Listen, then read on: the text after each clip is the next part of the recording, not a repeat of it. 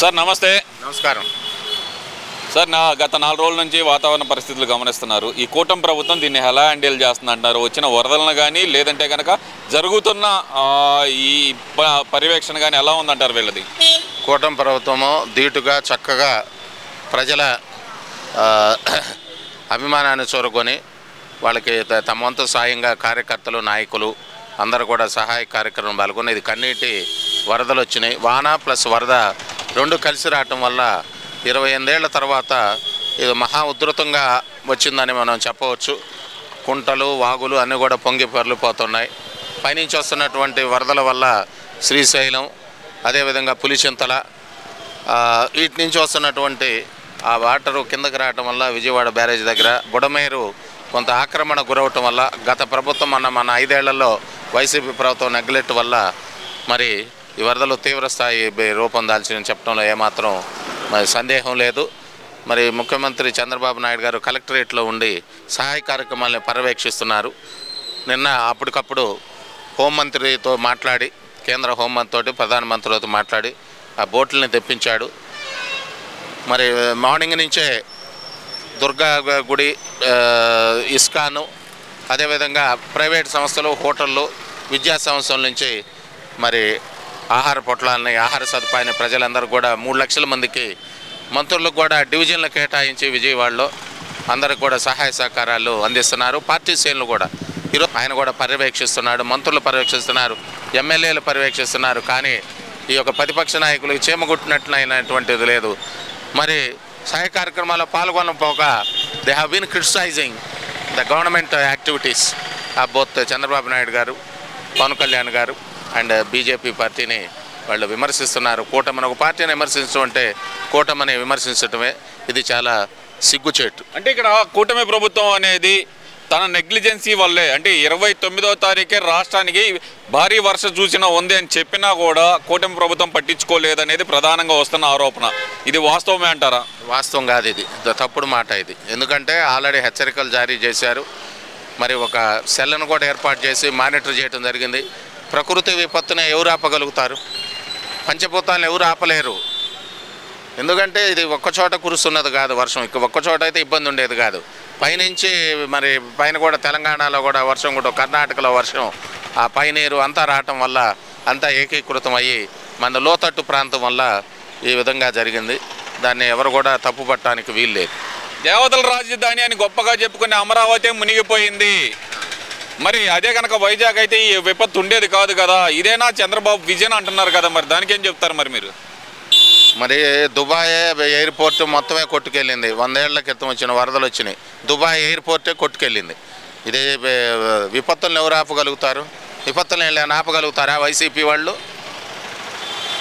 తప్పు. I have been strongly condemning it. ఎందువల్ల అంటారు? అసలు ముఖ్యంగా ప్రధానంగా అమరావతి అనే దాని మీద టార్గెట్ చేసి వీళ్ళు ఎందుకని ప్రత్యేకంగా రాజధాని ప్రాంతాన్ని ఎందుకు టార్గెట్ చేస్తున్నారనుకోవచ్చు అంటారు ఈ వైసీపీ నాయకులు? వాళ్ళకి అది ఒక సాంప్రదాయబద్ధంగా వాళ్ళు ఫాలో అవుతున్నారు. ఏదో అమరావతిని మరి అటాక్ చేయటం అనేటువంటిది, మరి దానిలో భాగమే 3 రాజధానులు అనేటువంటిది ప్రకటించడం. అదే మంచి డిజైన్ చేసి ఆ ప్రాంతాన్ని ఎందుకుంది బాబు గారు అందరూ కూడా ఇంజనీర్స్ని అదంతా కూడా పిలిచి చేపించింది. మరి హైదరాబాద్ ఎందుకు అంత ఎత్తైన దక్కన పీఠభూమి, హైదరాబాదు మరి వర్షపు నీరు నిలవకూడదు. మరి ఎందువల్ల అక్కడ ఇది ఉంటుంది? పెరుగుతున్న జనాభాని బట్టి, మరి అక్కడున్న పరిస్థితులను బట్టి ఇవన్నీ కూడా జరుగుతూ ఉంటాయి. ఇప్పుడు ఏదైతే హైదరాబాద్లో జరుగుతున్న హైడ్రా తరహా ఆపరేషన్స్ ఆంధ్రాలో కూడా కావాలని కోరుకుంటున్నారు. ఆ ఆక్రమణలన్నీ ఏది ఇందాక మీరు అన్నారు బుడమేర ఆక్రమణ అని, అలాంటి ఆక్రమణలు తొలగించడానికి హైడ్రా తరహా ఆపరేషన్ అనేది ఏపీలో కూడా రావాలని కోరుకుంటున్నారు మీరు? తప్పక అందరూ కోరుకుంటున్నారు. ఎందుకంటే చెరువులు, కాలువలు, ఈ ఆక్యుపేషన్ అనేటువంటిది తప్పు, పెద్ద నేరం. మరి రాబోయే రోజుల్లో మంచి గట్టి నిర్ణయాలు తీసుకుంటారు చంద్రబాబు నాయుడు గారు, కూటమి ప్రభుత్వం. ఇటువంటి పరిస్థితులు రిపీట్ కాకుండా ఉండడానికి తగు చర్యలు ముందుగానే మరి చేపడతారు. ఇచ్చిన హామీలే నెరవేర్చట్లేదు చంద్రబాబు నాయుడు గారు. ఇంకా వీటి మీద ఆ చర్యలు తీసుకునే అవకాశం ఉందా అసలు? ఇలాంటి ఆక్రమణల మీద కానీ ఇలాంటి మీద కానీ తప్పకుండా ఇప్పుడు ముందల పరిపాలన దృష్టి పెట్టారు, హామీలు నెరవేరుస్తున్నారు. 30వ తారీఖే పెన్షన్ పడింది, 30 అందరు హ్యాపీగా ఉన్నారు. ఉద్యోగస్తులకు కొట్టారు, దత్తపుత్రులకి శాలరీ నిన్నే పడిపోయింది. మరి బస్సులకి ఇది పెట్టి చేసేసారు మహిళలకి. ఒక్కొక్కటి మెల్లిగా వస్తూ ఉంటాయి. దాంట్లో ఏమాత్రం రాజీ పడినటువంటి నాయకులు చంద్రబాబు నాయుడు గారు కానివ్వండి, పవన్ కళ్యాణ్ గారు కానివ్వండి, మరి కూటమి ప్రభుత్వంలో భాగస్వామి అయిన బీజేపీ కానివ్వండి.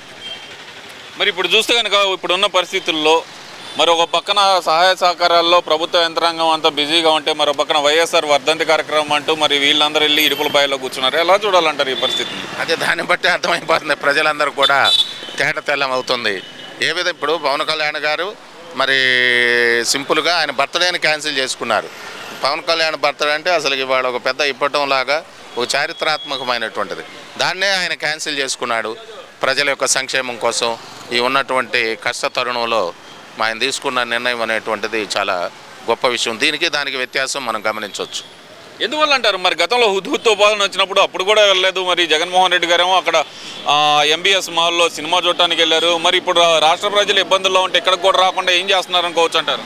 అదే మామూలుగా వాళ్ళు కూడా మరి రాష్ట్రంలో అంతర్భాగం కాబట్టి మరి కనీసం స్టేట్మెంట్స్ కూడా పేపర్లో లేవు. ఇది really it's a pitiable thing.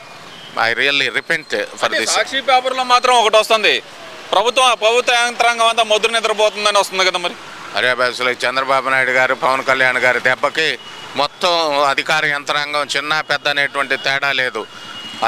సగం మరి నడుములోతు నీళ్ళల్లో అందరూ కూడా మరి సెక్యూరిటీ వింగ్ కూడా వద్దన్నారు. బాబు గారిని కానీ పవన్ కళ్యాణ్ గారిని కానివ్వండి, మరి అదేవిధంగా మంత్రులను కానివ్వండి, వాళ్ళు దాన్ని కూడా లెక్క చేయకుండా, మరి రక్షణ వలయాన్ని కూడా లెక్క చేయకుండా వాళ్ళు సహాయ కార్యక్రమాలు పాల్గొంటున్నారు. ప్రజలందరి తరఫున కుల మతాలకు అతీతంగా మరి చంద్రబాబు నాయుడు గారికి, పవన్ కళ్యాణ్ గారికి, బీజేపీ నాయకులకి నిజంగా ప్రత్యేక ధన్యవాదాలు తెలియజేస్తున్నారు ప్రజలందరూ. నేనంటున్న మాటలు కాదు ఇది. ఎంత చక్కగా టీవీలు చూస్తున్న వాళ్ళందరూ కూడా ఆ కార్యక్రమాలని పర్యవేక్షణ చేసే తీరుని it has touched the hearts of all the people irrespective of caste, color and religion. Thank you.